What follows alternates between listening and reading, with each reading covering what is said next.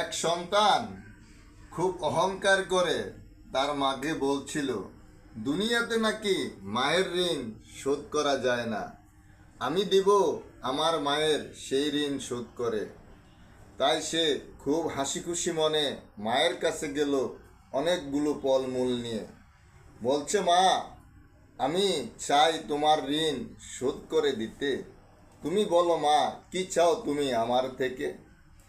মা হাসিয়া বলে, কিচ্ছু চাই না বাবা, আমাকে ছোট্ট একটি কাজ করে দিতে।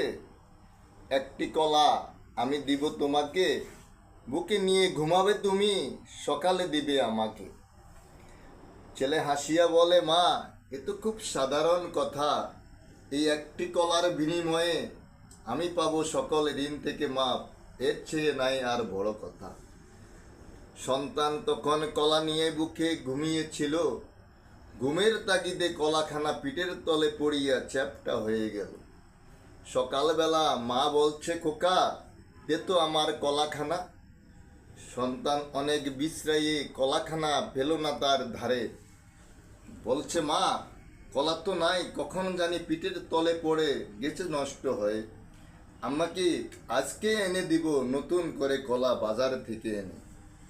মা তখন হাসিয়া বলেছিল, খোকা, তুই না চেয়েছিলি আমার ঋণ শোধ করিতে?